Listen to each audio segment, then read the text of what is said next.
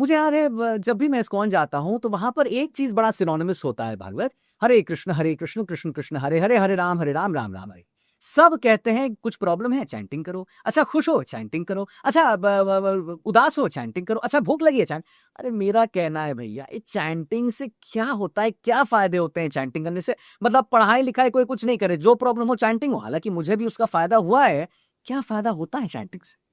जिस प्रकार अग्नि सूखी घास को जलाकर नष्ट कर देती है, उसी प्रकार भगवान का नाम या जाने में लिया जाए या अनजाने में लिया जाए, वो तो हमारे कोटि कोटि पापों को नष्ट कर देता है। कोटि कोटि पापों को नष्ट कर देता है। मैं कह रहा हूं कि अगर मैं ऐसे ही बोल दूं हरे कृष्ण, मैं कुछ कर रहा हूं हरे कृष्णा या गा रहा हूं हरे कृष्णा, तो भी वो पाप कट जाएंगे। हाँ, मतलब आप जैसे भगवान का नाम लो भागवत, वो पाप कटने। हाँ, अच्छा, ये कौन कह रहा है?